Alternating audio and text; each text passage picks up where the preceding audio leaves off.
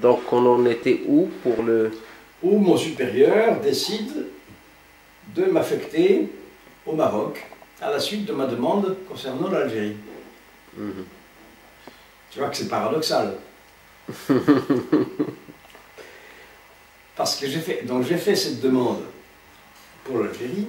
Mon supérieur, alors on était très cloisonnés à l'époque, au lieu de s'entendre avec son collègue de Lyon pour lui dire « j'ai là un candidat qui veut aller en Algérie, qu'est-ce que vous en pensez ?»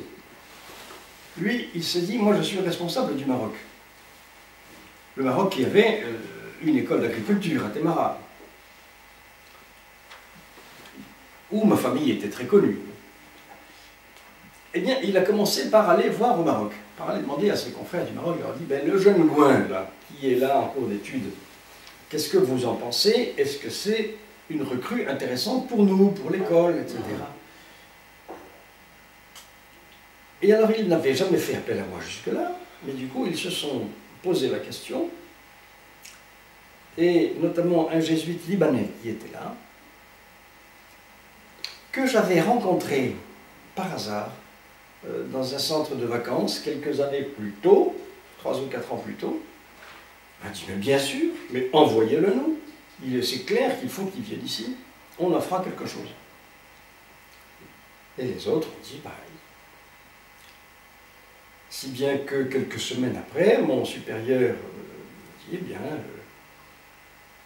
en raison de suite à notre conversation, vous allez aller faire ce qu'on appelait un biennium, 2 ans d'arabe, à la sortie de mes études de philo.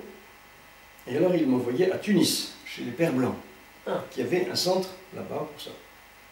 Et plutôt qu'au Liban, il m'envoyait là-bas plutôt qu'au Liban, où il y avait aussi une maison spécialisée. Et on y allait, on partait à 2, on est parti à 2. Alors on a fait une année, première année d'arabe là-bas. Et effectivement, il n'a plus été question ni de fatigue, ni de maux de tête, ni de choses comme ça. C'était fini. Oui, alors que j'ai travaillé plus que jamais je n'avais travaillé avant. Mais bon, enfin, je sais, il y avait quelque chose de débloqué. Oui, c'était l'énergie, la et concentration. J'ai été pendant 1 an le meilleur élève des Pères Blancs en première année, sans difficulté. Donc j'ai fait cette première année-là. Et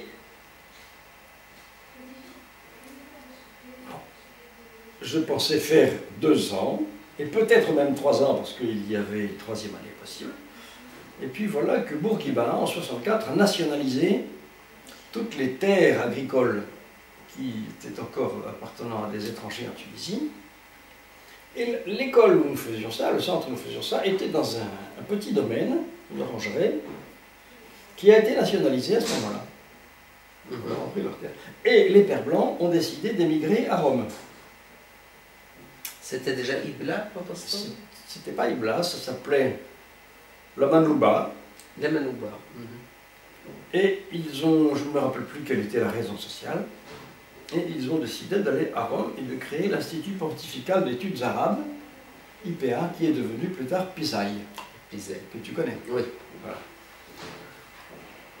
Alors moi, Pisaille, aller à Rome, alors moi, retrouver la Tunisie, ça a été merveilleux. Oui, parce que là j'ai retrouvé le Maghreb. Et c'est le retour.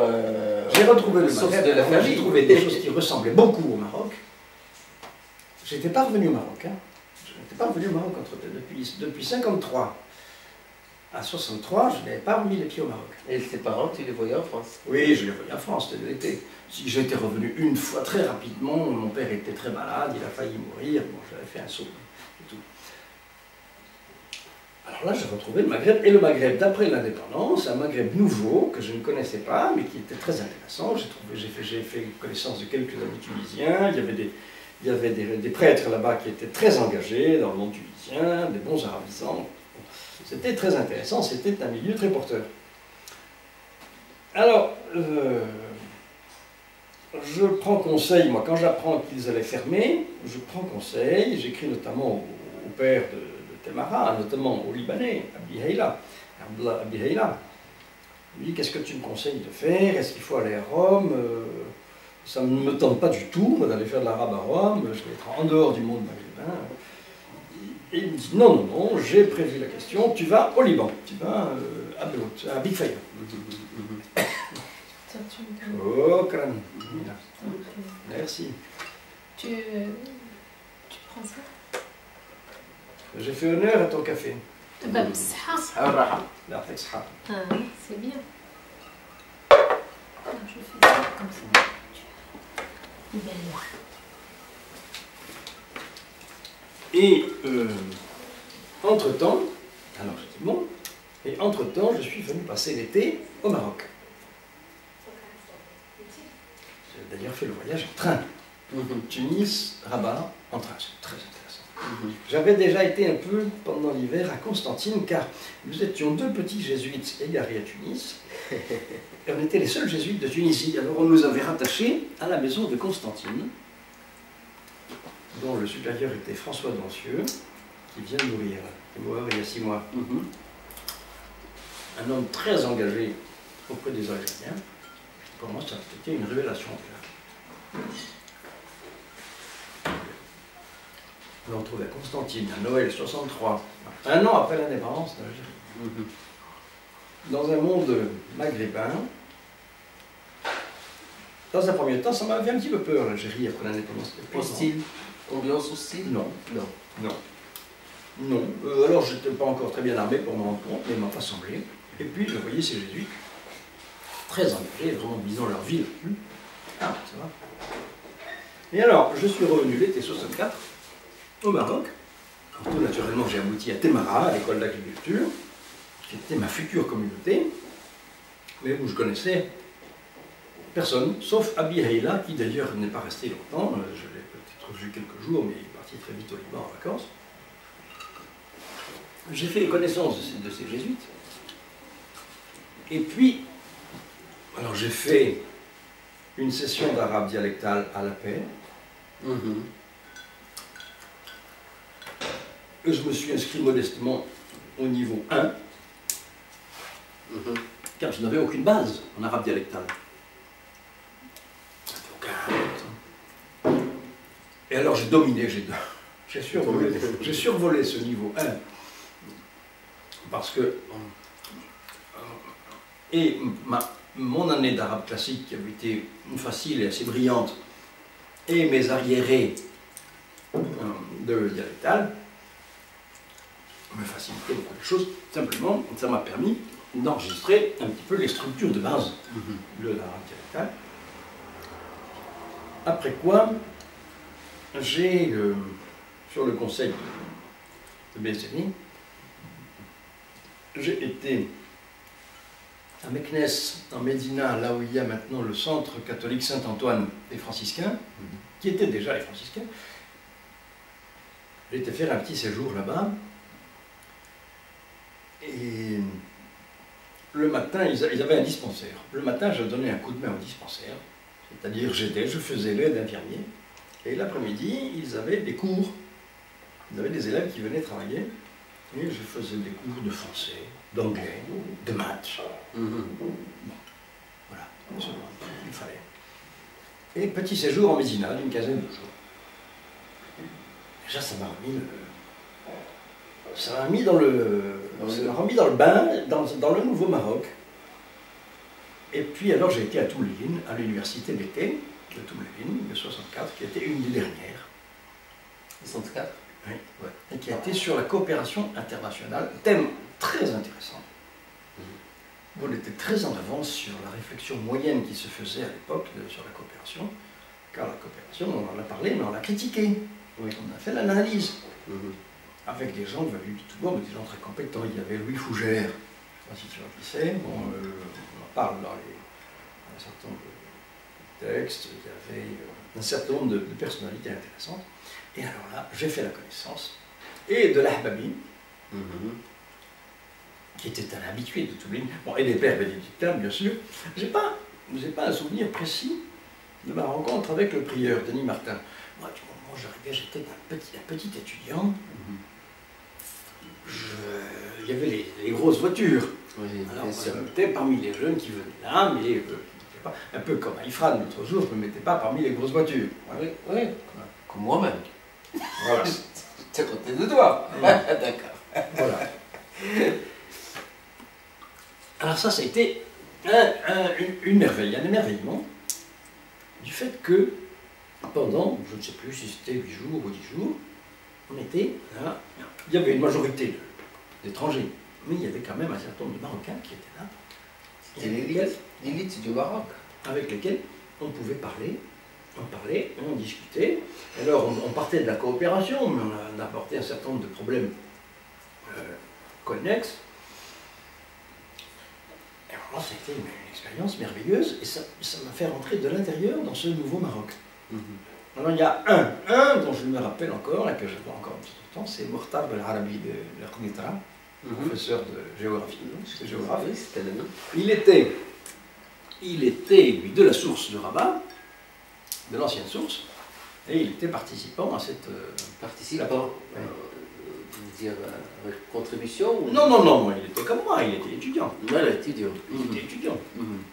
Ah ben moi j'étais avec les étudiants, c'était pas avec les intervenants que je frayais.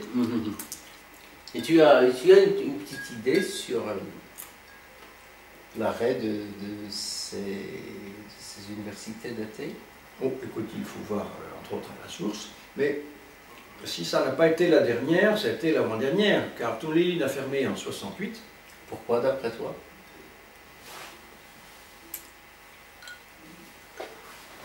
Il y a plusieurs raisons. Oui, parce qu'on avance plusieurs raisons, d'après toi, la plus plausible. Elles sont, à mon avis, elles sont toutes valables. Premièrement, Toulouse s'est désengagé du Maroc et s'est engagé vers l'Afrique noire. Leur centre d'intérêt était là-bas.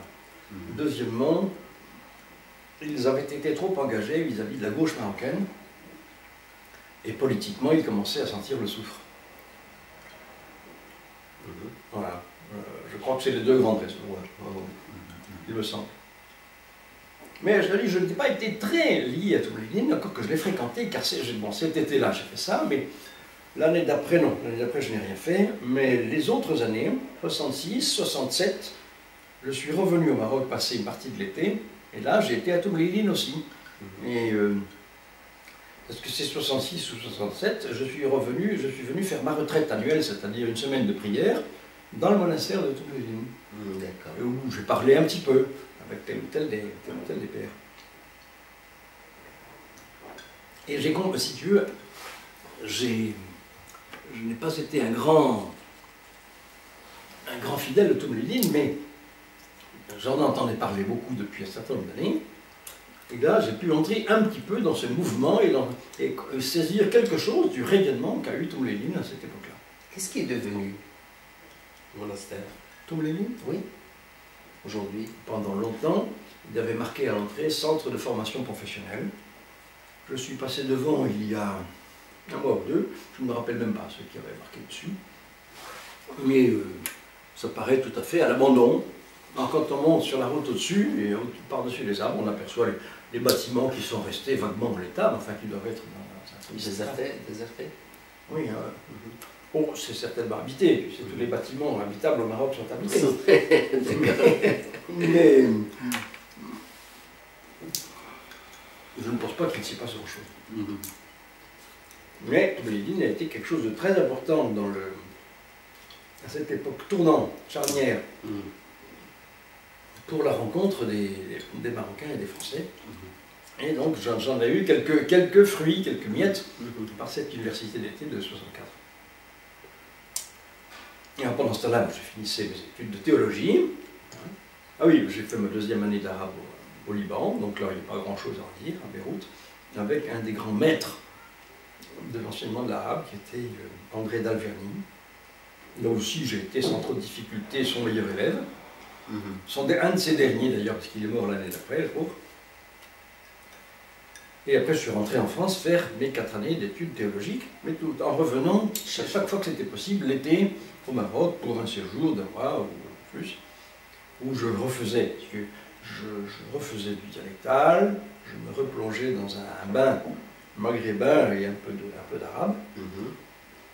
Et je faisais davantage connaissance avec les jésuites qui m'accueilleraient à la fin de Et quand est-ce que tu es revenu au Maroc pour Alors, je suis revenu pour de t'y bon installer. en 69, en juin 69. Et là, j'étais affecté à l'école d'agriculture à Témara, au collège agricole de Témara. En tant qu'enseignant, Comme enseignant, alors là encadrant. j'ai fait un petit peu tous les métiers. J'ai été enseignant de français, j'ai même été enseignant d'arabe à mon corps défendant, mais le responsable a jugé, enfin a estimé que c'était bon. À mon avis, c'était une erreur. Je n'avais pas la compétence d'un professeur d'arabe. J'avais comme formation 2 ans d'arabe, langue étrangère. Et puis j'avais continué un petit peu, j'avais un peu continué à travailler, à lire, Mais bon, il m'a bombardé, professeur d'arabe, aux jeunes marocains. Ah d'accord. Oui, aux marocains, Ah d'accord. professeur Ok. d'arabe, à nos élèves. Moi je croyais que c'était Non, à des religieux. Non, non. Tu en as donné aussi des cours. Oui, aussi. Non, là c'était un lycée agricole, ancienne formule, c'est-à-dire depuis la fin du primaire jusqu'au bac.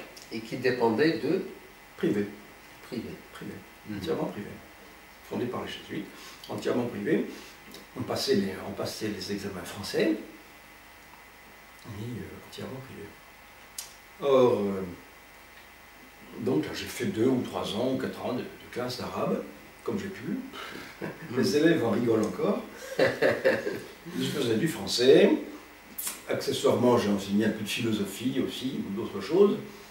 Et puis j'encadrais tout le secteur technique. Il y avait tout un secteur technique, car c'était un lycée un peu pilote, où on enseignait non seulement l'agriculture, mais où on la pratiquait. Oui. On la pratiquait 2 heures par jour. Tout élève, 2 heures par jour, pratiquait l'agriculture ou un métier voisin de l'agriculture, c'est-à-dire toutes ces choses utiles dans une ferme comme la forge, la mécanique, la menuiserie, la soudure. Enfin. Alors j'encadrais tout ce secteur-là, j'encadrais les stages qu'ils faisaient pendant l'été, au Maroc ou en France. Enfin, moi j'ai surtout encadré la partie française, y compris. Alors l'encadrement, comme on commençait à prendre le volant du car à Témara pour l'emmener en France, avec les élèves dedans, et puis une fois là-bas, enfin, organisation à l'avance, une fois là-bas, encadrement sur place, etc. Voilà, bon, et quelques autres casquettes que j'ai eues dans l'établissement. Et ce lycée a continué jusqu'à quand? En 81, on l'a remis au ministère de l'Agriculture marocain pour un certain nombre de raisons. Nous n'avions plus de relève, d'une part. Nous pouvons, autrement dit, à horizon 5 ou 7 ans, on ne pourrait plus assurer son encadrement, sa gestion, par défaut de personnes. Et deuxièmement, les subventions françaises qui faisaient en grande partie vivre l'établissement avaient été supprimées, et donc nous étions en déficit, enfin nous étions dans le rouge. D'accord. Et c'est là que tu vas à la source. Alors c'est là que je suis parti à la source, qui se fondait, Ils se font depuis 81, 82. oui, et où j'ai été associé à la fondation à la demande de l'évêque sur proposition de Jacques Lebrun. D'accord. Et avec l'accord de mes supérieurs. Ça leur paraissait tout à fait dans la ligne de ma formation, de ce que j'avais fait. Bibliothécaire, archiviste. Voilà, bibliothèque, archives, jusqu'à. rencontre des gens qui venaient, des chercheurs, Oui. collaboration avec eux. Jusqu'à une date Et c'est récente. Alors j'ai continué pendant quelques années à enseigner à Témara, parce que le programme français, les élèves ont continué à passer le bac français encore pendant 3 ou 4 ans. Et donc j'ai continué à assurer la classe de français du bac jusqu'à la fin, jusqu'en 85, jusqu'à la dernière promotion qui a passé le bac français. Et après, ils ont passé le bac agricole marocain qui venait de se créer, et où ils n'avaient plus besoin de moi pour ces programmes-là. Et puis c'est là que j'ai commencé aussi à faire des traductions à la source. Ah oui, d'accord, oui. Assis, disons, tu avais le temps de lire plutôt. J'ai eu un peu le temps de lire, oui. et puis de me mettre à ce genre de travail. C'est là que nous avons fait notre connaissance. Vers Bah, 82. dès mon arrivée à la source, oui. Voilà. Vous étiez parmi les premiers. Oui, oui, c'est là. Il y avait vous, il y avait Zaïm et il y avait les Tahiri. Exactement. Exactement. C'était les grands fidèles des premières années. Des premières années. Donc tu es resté à la source jusqu'à 90. 90. Là. Enfin, pour Casablanca. L'évêque m'a demandé de venir prendre la succession du père Paul Ruhlmann à la bibliothèque des jeunes, à la maison de la jeunesse étudiante. Parce que, bon, ça lui paraissait une œuvre importante. Et cette maison de jeunesse dépend toujours des jésuites. Non, elle ne dépend pas des jésuites. Dépend de... Elle dépend du diocèse. Elle a été fondée en 1949 d'abord, puis en 1952. Elle a été refondée sur place, là où elle est maintenant. Elle a été fondée par des institutrices, des enseignantes, qui se préoccupaient de l'encadrement des jeunes filles, des jeunes lycéennes de l'époque, des années 49-50. Et c'était progressivement devenu une bibliothèque pour lycéens et étudiants, tenue par un prêtre diocésain, qui s'appelait Paul Ruhlmann. C'est quand même pas l'équivalent de la source à Rabat. Ah, pas du tout. Non. Donc, à l'origine, c'était plutôt un foyer d'accueil et de formation, c'est-à-dire conférences, réflexions. Il y avait même des activités religieuses à l'origine. Il y avait même une chapelle avec des prières.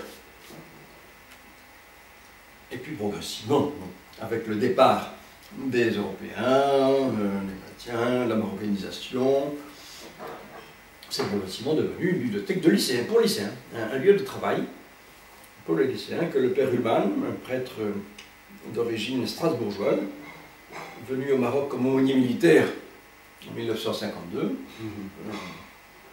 a appris de 56 à 90. Et alors là, il était malade, très fatigué, il demandait à l'évêque une relève, et c'est comme ça que l'évêque, après avoir cherché à droite, à gauche, etc., est venu me demander si j'acceptais d'y aller. Alors on a réfléchi un petit peu, avec les jésuites notamment, et puis j'ai dit oui, moi j'aimerais bien, si vous croyez que je peux faire ça. Et alors je suis allé donc de 90 à maintenant. À maintenant, et tu pars bientôt. Voilà, j'arrive à la fin de mon séjour. Et qui prend la relève? Je ne sais pas toujours, je ne sais toujours pas. D'accord. Mais je pense que l'évêque a quelqu'un. Et ça t'enchante vraiment d'aller à Constantine? Renouer avec de vieux souvenirs? Enchanté, ça me plaît. C'est un nomade, quoi. C'est de la petite nomadisation, hein. 13 ans, 12 ans, Quand même. 12 ans. Quand même, hein. C'est un peu mon style, ça. Oui. Oui. Oui, j'aime bien me déplacer.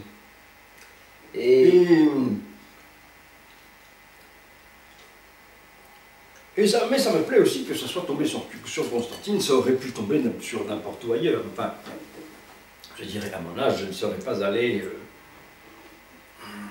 sans de sérieuses raisons à Rio de Janeiro ou à Pékin. Tu vois, Tu serais bien allé à Beyrouth, je ne sais pas. au Caire. Peut-être si on me l'avait demandé, mais enfin, c'est déjà plus loin. Parce que là, c'est vraiment la porte à côté. C'est beaucoup plus facile d'aller à Constantine qu'au Caire ou à Beyrouth. Ça t'effraie pas, Pardon? ça t'effraie pas ce climat d'insécurité dont les médias parlent? Écoute, ça n'effraie pas mes confrères qui y vivent. Il y a quelques années, on s'est posé la question, et ils se sont tous posé la question. À partir de 92-93, on s'est tous sérieusement posé la question, et eux plus sérieusement que d'autres, bien sûr. Qu'est-ce qu'on fait quand il y a eu les premiers tués, etc. Et puis eux, mais bon, ils ont réfléchi, mûri, etc. Et à peu près tous ont décidé de rester, par solidarité avec les gens avec lesquels ils vivent. Et tu continuerais à, disons, à Constantine, à t'occuper, comment dirais-je, d'un centre de jeunes, par exemple, ou de bibliothèque, ou tu n'as pas encore une idée précise de ça? Dans l'appel qui m'est fait, l'activité est secondaire. Hein. La raison principale de me faire venir là-bas, c'est de recréer une communauté, ce que nous appelons nous une communauté, c'est-à-dire un groupe de type familial, 4 ou 5 ou 6 jésuites vivant ensemble, pour pouvoir accueillir des jeunes qui viennent, qui ont commencé à venir d'Amérique latine, et qui sont enfin en cours d'études, et qui viennent prendre notre relève progressivement. Et alors le fait qu'ils viennent d'Amérique latine, d'un univers culturel totalement différent, ça demande, je dirais, un accueil quand même particulièrement attentif. Bienveillant. Et bienveillant, et soucieux de leur accompagnement. Alors ça a été fait pendant 2 ans par un groupe qui était là-bas, et puis ce groupe qui était là-bas est obligé d'exploser pour d'autres raisons. Il va en rester un de l'ancienne équipe, et pour refaire une nouvelle équipe, on a fait appel à un qui est à Oran actuellement, et puis à moi, en raison des profils personnels. Bien sûr. En raison des profils personnels, de la mentalité, du tempérament, du caractère, il a rassemblé que mon profil correspondait à ce dont ils ont besoin. Sinon, que représentent aujourd'hui les jésuites au Maroc? Quand je dis que représentent, c'est toujours comparé aux franciscains, aux dominicains, au point de vue effectif, au point de vue activité. Que représentent les jésuites? Les jésuites. Parce que moi, je t'avoue que je m'y perds un Tu petit t'y peu. perds. Oui, il ne faut pas s'affoler. Quand on n'est pas dans la boutique, on s'y perd un peu. Les jésuites représentent une poussière aujourd'hui au Maroc, puisqu'il va en rester 4. C'est tout. Dont le plus jeune aura 71 ans. Après ton départ, il en restera 4. 4, pour l'instant. Il en restera J'en 4. connais quelques-uns, non? Je ne sais pas. Il y en a 2 qui vivent actuellement à Témara, qui sont Georges Couturier, qui est médecin, 75 ans, et René Audic, qui a 84 ans, qui a été depuis 1954 intendant de l'école. L'homme a tout fait, si tu veux. Intendant, mais l'homme a tout fait de l'école. Il a construit, il a nourri, enfin il a tout fait. Eh bien, il est resté là, il s'y trouve heureux, il ne se voit pas ailleurs, et il a beaucoup baissé, mais il continue à rendre des services appréciés. Il est là, jusqu'au jour où il ne pourra plus y être. Georges Couturier, lui, est médecin, et il a enseigné la biologie, il a été directeur de l'école un certain nombre d'années, et dès les débuts, on a créé dans l'école un dispensaire où il était assisté par des religieuses et qui s'adressait à la population pauvre des environs. Or, ce dispensaire a pris de l'ampleur. Il y a toujours des religieuses, actuellement ce sont des religieuses espagnoles, extrêmement actives. Ils ne sont pas jésuites, elles? Non, elles ne sont pas jésuites, elles sont de la famille de Saint-Vincent de Paul. Je ne sais pas si ça te dit quelque chose. Vaguement. Voilà. Mais ce centre social, où il y a un dispensaire, mais aussi un centre de nutrition pour les bébés dénutris, un centre de formation féminine pour les jeunes filles, c'est une chose qui a pris de l'ampleur, qui a un grand rayonnement, et dont l'activité se justifie aujourd'hui, même si la santé publique a installé maintenant un dispensaire à 500 mètres ou 1 kilomètre. D'accord. Mais ils ne font pas du tout la même chose. Et les dispensaires de la santé publique, tu sais comme moi, ce qui s'y passe. Quand le médecin est là, on donne une consultation, mais on ne vient pas du tout, on aide aux gens. Très souvent, les gens vont à la santé publique, et ensuite ils arrivent chez les pères et sœurs, avec leur ordonnance, en disant qu'est-ce que je peux faire avec ça? Alors, il y a cette ordonnance-là, effectivement, on t'a conseillé des remèdes très chers, mais tu peux t'en tirer avec la moitié prix en achetant tel autre remède équivalent, etc. D'accord. Non, mais il reste très actif, lui, et il a sur la place de Témara, là-bas, un rayonnement social très remarquable. Et tellement remarquable que maintenant, il est entouré par un groupe d'une douzaine ou une quinzaine de bénévoles qui viennent là donner du temps pour participer à cela. Et là-dedans, il y a des médecins Chrétiens et marocains oui. qui viennent bénévolement donner un coup de main. C'est ça. Alors, par rapport, les jésuites, par rapport à d'autres... Si tu veux, les jésuites par rapport à d'autres prêtres, les jésuites au Maroc n'ont jamais été numériquement à important. temps plein, n'ont jamais été numériquement importants, et ils ont été jusqu'à une quinzaine quand même à une époque. Enfin, c'est ancien ça. Mais ils n'ont jamais été non plus dans le culte, spécialisés dans le culte. C'est plutôt le social. Le social, l'éducatif. Bon, il y en a un qui est à Midelt, qui a 81 ans. Il est dans le social. Il est curé, il est responsable de l'église de Midelt. Enfin, il y a 3 personnes à l'église de Midelt. Il est dans le social, engagé à fond. Et il a un rayonnement extraordinaire. Ça s'appelle comment? Antonio Pasquale. Il mérite la visite si tu passes à Midelt. Et puis, il y a avec moi Guy Duvigneau, qui est à Casa maintenant, mais qui va venir s'installer à Témarin. Il est aussi dans le social. Lui, il est arrivé il y a 5 ans au Maroc, venant d'Algérie, du Liban, etc. Et lui, il travaille avec Caritas Maroc, c'est-à-dire des projets de développement avec des associations, avec des œuvres locales. Ils sont surtout engagés dans le social. Sinon, la prédominance du monde numérique appartient plutôt Appartient actuellement aux franciscains. aux Français. Donc Oui. toujours, depuis toujours. Oui, ils ont eu un fléchissement il y a quelques années. Ils commençaient à être beaucoup moins nombreux par vieillissement, et puis maintenant ils ont fait appel à un peu toutes les parties du monde, et alors ils ont eu des arrivées venant des 4 coins de l'horizon, arrivées qui ne sont pas forcément très durables, parce que certains sont venus très âgés. Bon, en tout cas, ils ont... Il y a un renouveau. il y a un certain renouveau. Oui.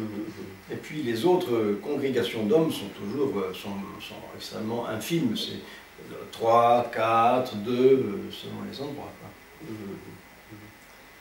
Sinon, question sur la vie culturelle. Comment toi, en tant que père, tu as toujours vécu au Maroc, toutes les années que tu as vécu au Maroc, comment Oui. tu as vécu ta vie, disons, spirituelle. Oui. Plus normalement, c'est quand même une minorité dans un bain musulman, Oui. dans une majorité. Ça s'est toujours passé le plus normalement possible, ou alors avec des difficultés de pratiquer, je ne sais pas moi. Cet aspect-là, qui est en même temps personnel, mais pas que personnel, parce que ça concerne aussi tous les chrétiens du Maroc. Oui. Difficulté de pratiquer, non, je n'ai jamais senti de difficulté de pratiquer.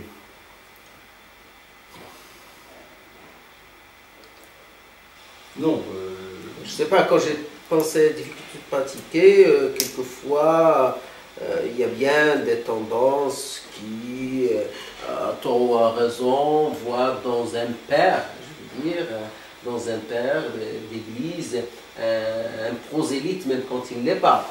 Et quelquefois, ça crée des difficultés. oui, eh bien moi ça ne m'est pas arrivé. Tu sais, j'ai toujours vécu un peu dans l'obscurité. Et j'ai jamais été tellement dans la lumière. Et puis moi aussi, je n'ai jamais été directement dans le culte ou le religieux, j'ai toujours été dans l'éducatif. Moi, moins dans le social que d'autres, mais dans l'éducatif ou le culturel. D'accord, oui, Je c'est suis dans les deux actuellement. Non, de ce côté-là, moi, j'ai jamais ressenti de problème. C'est que, disons que, depuis mon retour au Maroc, j'ai été beaucoup plus avec des Marocains qu'avec des chrétiens. Beaucoup plus. Il y a quelques époques, hein, dans les années où j'étais à la source, à ce moment-là où on m'a demandé de m'occuper un peu des points de vue éducatifs des jeunes chrétiens du lycée Descartes, pardon. Descartes. Alors bon, j'ai fait ça quelques heures par semaine pendant 4 ou 5 ans. Et puis à Casablanca, on m'a demandé, quand je suis arrivé à Casablanca, d'aller célébrer pour un groupe anglophone. Alors j'ai fait CLRS en anglais pendant quelques années, puis maintenant la relève a été prise par d'autres qui n'ont pas Catholique? Catholiques, oui. Ah oui, d'accord. Ils n'ont plus. Peut-être Ils n'ont très plus. peu, très peu. Oh, mais on avait parfois 50 ou 60. Hein. D'accord. Mais Pas d'Afrique noire, non? non, peu. Par contre, il y a un gros groupe de Philippins, avec lesquels j'ai célébré aussi beaucoup. Et ils sont pris maintenant ils sont pris en main par un Américain et un Belge qui font ça. C'est les seuls. Bon, alors je participe aux offices normalement, soit comme animateur de l'office quand on me le demande, mais on le demande assez rarement, soit comme simple fidèle. Non, de ce côté-là, il n'y a jamais eu de difficulté. Au contraire, je trouve qu'on est bien vu par la population, favorablement reçu. Non, moi, ce qui me gêne un peu, c'est que je me sens appartenir au Maroc. Ma vie est avec les Marocains. Et quand j'entre à l'église, je sors du Maroc. Oui. J'entre à l'étranger. Ah, c'est vrai que... Et ça me gêne. Et pourquoi? Bon. Je ne dirais plus en France. Je ne dirais plus. C'est en France. de l'exterritorialité quand on est. C'est comme dans une ambassade. Mais ce n'est pas vrai partout. Ce n'est pas vrai partout. Quand on est à, si tu veux, la même prière, on l'a fait à Midelt, tu vois, en particulier chez les sœurs. Tu as un groupe de sœurs qui vivent dans un village berbère, dans la montagne, et l'été, elles sont sous la khaïma avec les nomades. Alors quand tu célèbres avec elles, toujours la même prière, toujours, oui, toujours. Là, tu n'es pas à l'étranger, là, tu n'es pas dans l'exterritorialité, tu pries en chrétien, mais en communauté, en communion avec les Marocains qui sont là, qui sont autour, et qui te demandent de prier pour eux. Le nombre de Marocains qui me demandent de prier pour eux, assez souvent, je quitte la bibliothèque pour aller prier, parce que je suis chargé de la prière tel jour, dans tel groupe, à Casa. Mon collaborateur, Boucheïd, etc., me dit, prie pour nous. Et moi, le vendredi midi, je lui dis, prie pour moi, quand il va à la prière. Formidable. Alors moi, je trouve ça très fort. À la source, on vivait ça très fort. Tu vois, notre prière à la source, on priait à midi, tous les jours, entre nous, dans la petite chapelle au-dessus de la salle de lecture. Et tous les jours, Jacques, presque tous les jours, Jacques nous rappelait qu'il y avait telle personne, des amis de la source, qui avaient demandé qu'on prie pour elle. Là, je ne me sens pas en extraterritorialité. Par contre, quand je suis dans l'église de Casa, parfois à la cathédrale ici, notre prière, elle est désinsérée. Elle est intemporelle et non locale. Et il y a le monde entier qui est représenté. Là, il y a les Africains, les Chinois, etc. Et le Maroc ne semble pas vraiment être dans les préoccupations des gens. Pas du tout. Alors ça me fait de la peine. C'est une chose que j'ai du mal à leur dire aux confrères, qui font de leur mieux, qui sont toute leur vie là-dedans. C'est une dimension qu'ils ne sentent pas. Ça m'a énormément frappé un dimanche de cette année. Ils avaient un peu solennisé, ils avaient regroupé presque tous les chrétiens de Casablanca. C'était un moment un petit peu fort de l'année, puisque tu sais, nous on a un cycle, ce qu'on appelle le cycle liturgique. C'est-à-dire, l'année, c'est pas tous les dimanches pareil, il y a comme une histoire. Bah, c'est en fait, comme le ramadan qui est un peu fort pour les musulmans. Alors nous, en fait, on suit... On est un peu plus musulmans que d'habitude. Voilà. Nous, on suit le cycle un peu de la vie de Jésus. Oui. Alors, il y a sa naissance, bon, etc. Et puis sa mort, la résurrection, etc. Bon, c'est le cycle liturgique. Alors, il y a des temps forts, il y a des temps plus forts là-dedans. Eh bien, un de ces temps forts, ils avaient solennisé tout ça, il y avait l'évêque. Bon. Alors, on présentait la communauté chrétienne, les différents groupes. On aurait fait la même chose à Paris ou à New York, ça n'aurait rien changé. Ouais. On n'était pas là. Transplanté. On était sur une espèce de dans une bulle, interplanétaire, interstellaire, Et personne n'avait fait l'arme. Moi, je suis sorti furieux. Et alors, mon collègue jésuite qui vit avec moi, lui, est sorti outré. Tous les deux, vraiment, on a senti ça comme ça. On avait compté qu'il y avait tant d'enfants, tant de religieuses, tant de catéchistes, enfin, tout allait bien dans le meilleur des mondes. Et pas de pauvreté, pas de famine, pas de faim, pas de Marocains, Pas de Maroc. pas d'exclus, pas de Maroc. Ah. Mais le Maroc était présent dans la cathédrale l'autre jour. Tu y étais? Fameuse. Après le 11 septembre. Oui, non, je n'y étais pas. Tu n'y étais pas, tu as eu des échos. J'ai eu des Parce échos. que Je l'ai vu à la télévision Oui, 40 fois. mais en tout cas, ça a 40 été- fois.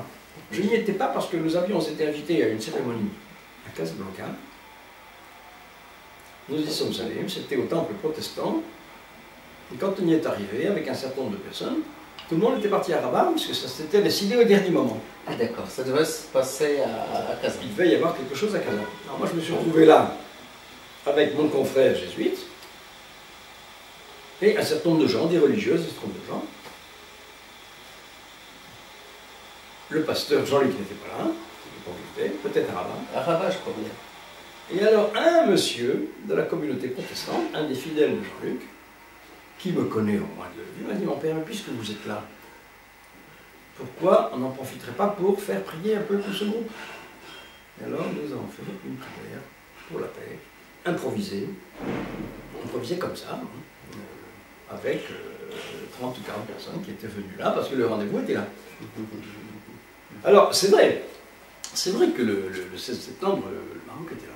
Mais parfois dans nos liturgies, dans les messes, on est sur une autre planète. Ça me gêne beaucoup. L'Église est un en soi. Tout à fait. Tout à fait. Autrement, je veux dire,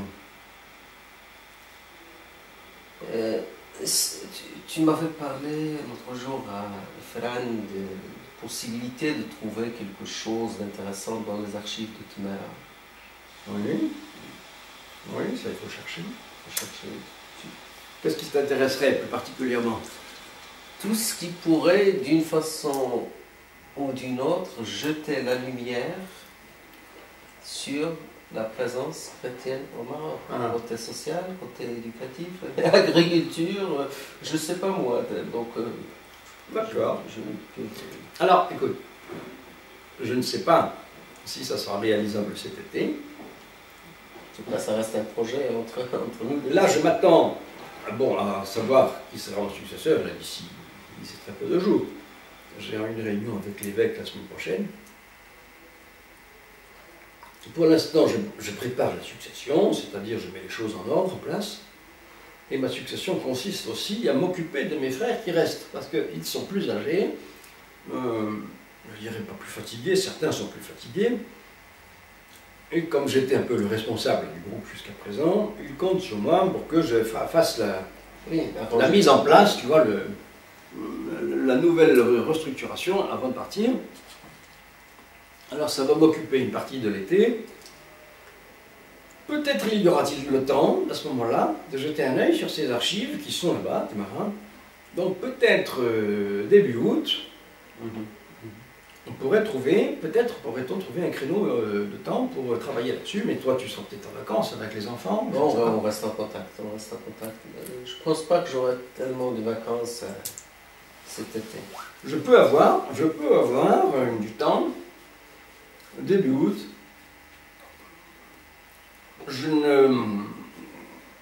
Dans un premier temps, j'avais même pensé trier et exporter une partie de ces archives, car nos archives à nous en France souhaitent récupérer tout ce qui peut avoir de l'intérêt pour l'histoire, etc.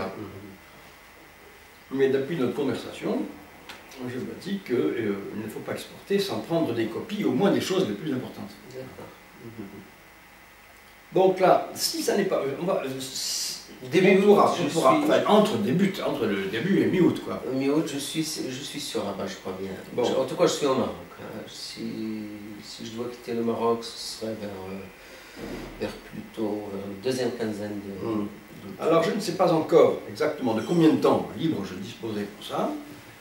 Si ça n'est pas réalisable cet été, ça peut se remettre à un autre moment parce que ces archives, je suis tranquille que personne d'autre n'y touchera.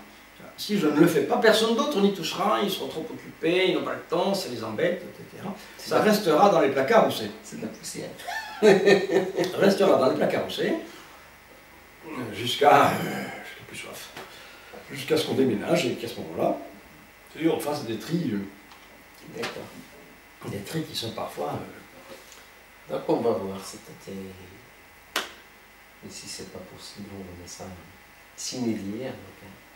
Écoute, tu devrais arrêter ta caméra parce qu'il faut que je m'écarte un peu. Hein. D'accord. Ok.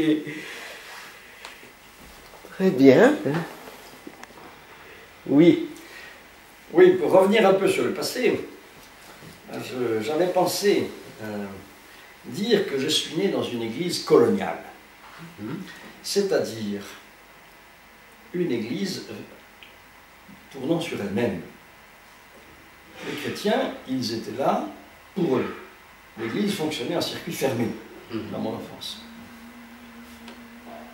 Sauf quelques éléments. Alors moi, ce qui m'a éveillé, c'était l'attitude de mes parents, qui n'étaient pas les seuls, mais enfin qui étaient des chrétiens très profonds et dont la foi s'incarnait dans la vie concrète. Bon, sous forme de charité et même de réflexion. Mon père était très intéressé.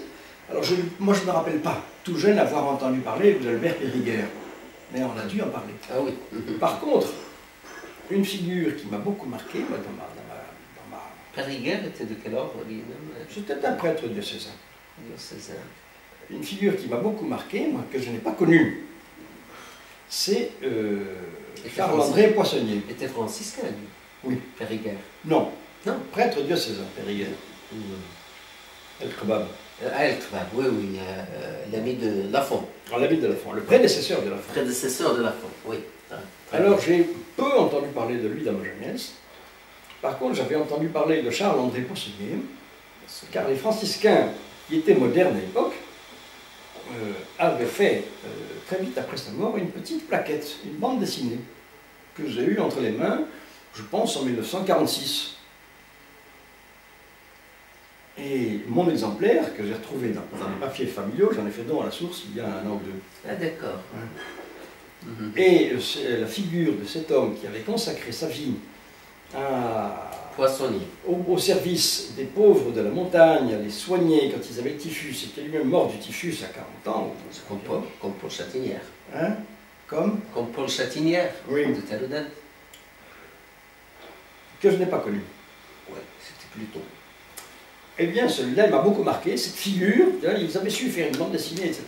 Moi, ça m'a marqué, et ça a probablement été un signe avant-coureur du déclic que j'ai ressenti quelques années après. Je peux retrouver la bande dessinée à la source. Mon exemplaire personnel a été remis à la source il y a 2 ans. Sous quel titre? L'ermite de Tazert. L'ermite de Tazert. C'est une petite plaquette en image. L'ermite de Tazert. Tu cherches, si oui, ça doit être classé quelque part. Oui, oui, je le retrouve.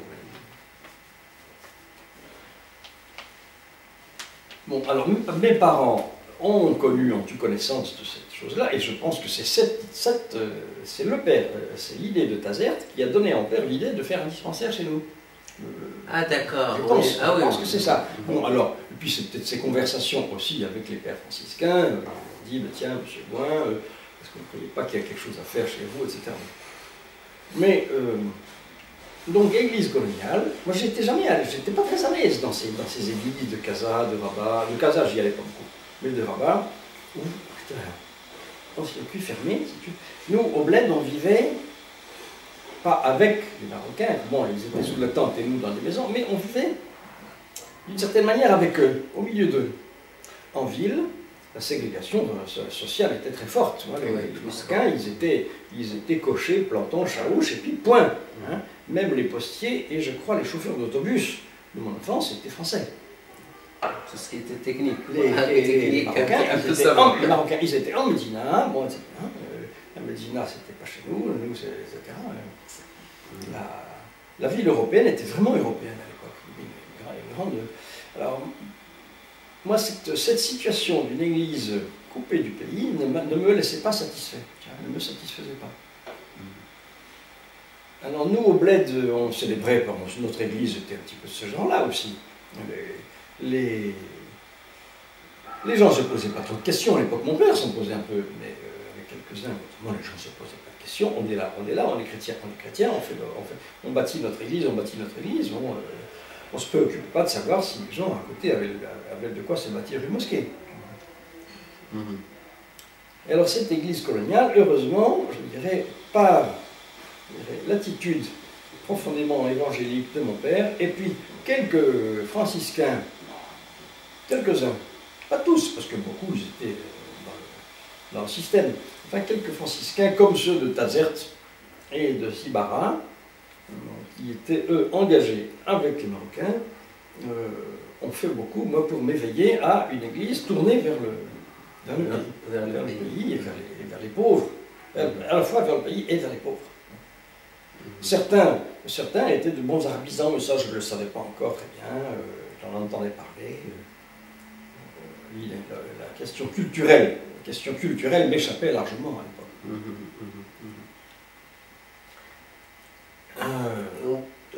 L'historique un petit historique de la maison des jeunes de Casablanca. Ah, une petite historique. Alors, en 1949, deux demoiselles enseignantes chrétiennes créent un mouvement rattaché à un mouvement chrétien, d'ailleurs très classique, très connu, qui s'appelait la Jeunesse étudiante chrétienne féminine. Ouais, JECF. J'ai dû voir quelques broches. Voilà. Donc ils se sont rattachés à ça, parce que c'est un mouvement officiellement reconnu par l'Église, et elles ont ouvert, rue de Berne, c'est-à-dire aux environs de l'actuelle église Notre-Dame, un local où elles accueillaient les jeunes filles, les lycéennes, pendant leur temps libre, et où elles mettaient à leur disposition un local de détente, des locales pour réviser leurs études, et en même temps, un encadrement et un suivi spirituel, religieux et humain. Formation générale, conférence. Alors là, je n'ai pas de détails très précis là-dessus. Je manque du document sur cette époque-là. Et alors en 1952, elles ont été mises à la porte de leur local par l'église Notre-Dame qui a récupéré ces locaux pour construire l'actuelle église. Et elles ont émigré là où je suis maintenant, que tu connais. Non, je n'ai pas été. C'est tout près, c'est en face de l'hôpital Ibn Rushd. Elles ont loué à la ville là, pour 10 ans un terrain et sur lequel elles ont construit une villa. Elles se sont installées. Et c'est là que nous sommes toujours. Et alors ils ont continué sous cette forme-là. Alors c'était un local à la fois de détente et en même temps de vie sociale pour ces jeunes filles. Et très vite, ça a été Paul Ruman qui a été nommé aumônier, d'abord aumônier par l'évêque, c'est-à-dire guide spirituel et religieux, et très vite responsable aussi, en 1956. Et de ce club de jeunes filles chrétiennes, il en a progressivement fait un foyer pour lycéennes et lycéens, marocains et chrétiens, donc mixte dans les deux sens. Et c'est progressivement devenu donc un lieu de travail, bibliothèque. Il y a l'équivalent à Rabat? Ou ailleurs? À Meknès, le centre Saint-Antoine, les franciscains, rue de Ribas, c'est un petit peu ce genre, c'est un petit peu cela. Mais sauf que à Meknès, à l'origine, ça a été plutôt des cours. Ça fonctionne toujours plutôt sous forme de cours D'accord. Il y a un enseignement, et puis bon, il y a aussi des locaux et une bibliothèque. Mais enfin, à l'origine, c'est plutôt des cours d'aide, un soutien scolaire. Alors qu'à Casa, c'était plus un lieu d'accueil. Alors il y a eu des cours aussi, il y a eu une partie enseignement, une partie accompagnement. Le père Ullmann, qui était un grand littéraire et un grand philosophe, a donné longtemps des cours de philosophie et de littérature. Mais ce n'était pas la base du travail. La base du travail, c'était un lieu de travail, une petite source, enfin une source pour lycéens, quoi. Et maintenant étudiants. Et dont nous allons fêter le cinquantenaire dans quelques jours, puisque ça a été bâti en 52, on a décidé de faire ça. On fait une petite fête? On fait une petite fête. Ben, j'y ai pensé, parce qu'il faut le faire avant mon départ, parce que le successeur ne pensera pas à ça. Elle aura quand? Elle aura lieu quand? Le 29 juin. Samedi 29. Si je suis pas trop occupé, invitez-moi. Bien. Tu es je t'invite. Non, parce que c'est comme ça, c'est peut-être l'occasion de... Alors j'aurais voulu avoir beaucoup d'anciens, mais j'ai beaucoup de mal à remettre la main sur les anciens. Beaucoup de mal. Il y aura qui ce 29? Ça va se présenter comment? Si je suis libre, il y aura peut-être quelques anciens. Je ne sais pas si l'on peut compter sur Mohamed Berrada, directeur de la RAM, qui est un ancien. Et qui est un grand ami de mon prédécesseur et que lui-même j'ai rencontré plusieurs fois quand il était ministre des Finances. Et puis il y aura quand même 2 ou 3 anciens des années 70-60 qui apporteront leur témoignage. J'espère avoir une interview des fondatrices qu'une de mes amies en France est en train de faire, parce qu'il y a eu au moins une des fondatrices qui est encore de ce monde. Et puis je projeterai des photos de l'époque qu'on aura scannées d'ici là. Ah ben ça c'est super ça. Et puis bon, il y aura en même temps les adieux. Ça se passe le matin, ça sera l'après-midi. L'après-midi. Il y aura en même temps les adieux à notre vieux serviteur, Abdelrahman, qui est dans cette maison depuis 1960 et qui prend sa retraite l'été prochain. 42 ans. 42 ans à faire le ménage et à tenir la maison propre. Et donc on va lui faire un petit cadeau d'adieu. Comme là-bas, les salles ont toutes des noms, ou presque, on va donner son nom à une salle qui avait jusqu'à présent, elle s'est appelée je ne sais plus quoi dans le temps, mais depuis que j'y suis, elle s'appelle la salle Strasbourg, parce que mon prédécesseur était strasbourgeois.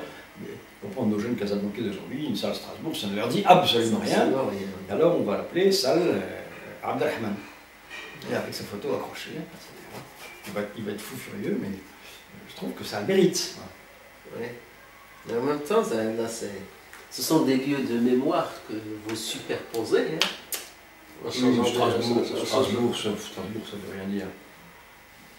Mais le jour où on avait opté pour cette appellation, ça avait bien un sens. Oui, tu sais, ça avait un sens affectif pour lui, parce qu'il était de Strasbourg. De même que la salle, il y a une salle qui est un petit peu comme ça, enfin, moi jolie naturellement. Merci. Qui s'appelait, quand je suis arrivé, elle s'appelait la salle Canada. Pourquoi? Parce que dans les années 80, c'est le Canada qui avait payé le Stade. Ah, d'accord, très bien. Enfin, ce qui en tient lieu. Mais le Canada, au bout de 15 ans, il avait disparu, et le Canada, alors moi je lui ai donné le nom de mon prédécesseur quand il est mort. Et maintenant, sa photo est affichée dans la salle, et ça s'appelle la salle Ullmann, et tout le monde sait la salle Ullmann. Ah ben c'est bien ça, d'accord, oui. Il y a la salle, il y avait une grande salle, la plus grande salle n'avait pas de nom. Or, mon prédécesseur avait donné des noms très, très ciblés à certaines salles. Il y a la salle Albert Camus, il y a la salle Mohamed Iqbal, il y a la salle Ibn Khaldoun, la salle Abdelaziz Blel. On n'a pas encore on n'a pas les photos de tous ces gens-là, mais j'essaie de les chercher. Et alors la grande salle du bas, la plus grande, là où on fait des conférences aussi de temps en temps, etc., n'avait pas de nom. Or, en 1995, quand Rachid Mimouni, qui était un ami par Marie-Louise Bellarbi, etc., quand il est mort, on a fait un hommage à Rachid Mimouni avec sa famille, là, etc., avec l'argent, dans cette salle. Comme ça. Le nom est tout trouvé, c'est la salle Rachid Mimouni. Et maintenant, il y a sa photo. Non, mais c'est pas indifférent. Pourquoi Rachid Mimouni, pourquoi pas un autre? Ben, c'est quand même un défenseur de la liberté, c'est pas Oui, n'importe bien qui. sûr, Rachid bien Mimouni, sûr. c'est quelqu'un qui a dénoncé la justice, la barbarie. la barbarie. Voilà. Ouais. Oh, bon, bah, Camus est intéressant aussi, Ibn Khaldoun m'intéresse, bien non, c'est des gens qui m'intéressent. Hein. Alors, bon, effectivement, Hajj Bourzoud, peut-être que ça Hajj, photo, pardon? mon employé qui s'appelle Hajj Abdelrahman, peut-être que dans 5 ans ou 10 ans, mon successeur trouvera utile de remplacer le nom. Enfin bon, symboliquement, hein, C'est très ça me bien. paraît une idée. Donc ce sera pour le 29 juin. Samedi après-midi, 29 juin. Tu pourras me rappeler ça? Je peux te rappeler, mais tu peux le marquer. Oui, je peux le marquer. Rien ne t'empêche de le marquer. Ça c'est sûr. 15 heures. 15 heures. À 15 heures, donc en face c'est Ibn Rushd. En face, Ibn Rushd. Très exactement en face du Markaz Tahaqun Dem. Très exactement. D'accord, très bien. Là, c'est vraiment en face. Là. On ne peut pas se tromper là. Non. Non, je vais par train, puis je prends un taxi, c'est plus facile. J'aime pas trop cette ville. Et Casablanca, j'ai horreur de cette ville. Ah, aussi, toi aussi. autant je suis à l'aise à Rabat que cette ville-là, j'essaie de l'éviter. Eh bien, j'ai été content, dans un premier temps, d'arriver à Casablanca, parce que c'est une ville vivante. Rabat me paraissait un petit peu endormi. Ouais, c'est le cas. C'est le cas. Mais, À force, c'est fatigant. oui, c'est surtout que ce n'est pas beau. Ce n'est pas beau. Ce n'est pas beau, c'est violent. D'ailleurs, on ne peut pas aimer à la fois Rabat et Casablanca. Oui, oh, je n'ai pas d'attachement. Je n'ai pas d'attachement à Rabat, moi. Mais à Tmara, peut-être. Mara, oui, non, mais j'aime Fès, tu vois, j'aime Marrakech, où je n'ai pas vécu, malheureusement. Mais... Casa, non, ben c'est le béton, l'agitation, les affaires. Tu aimes la campagne, quoi. Tu te rappelles peut-être hélas, les vieux hélas, souvenirs. hélas, j'aime la campagne, oui, hélas. Un peu. Donc Vincent Ferrandi, dès qu'il trouve une petite minute de s'échapper vers Tishka, vers Émile Schill, dis-toi, on va te marier à Émile Schill dans 6 jours. Ouais. Eh ben, un grand merci pour ce témoignage qui, je pense, est plein beaucoup plus que tu ne penses, et plein d'enseignements, plein d'idées à creuser, plein de choses intéressantes.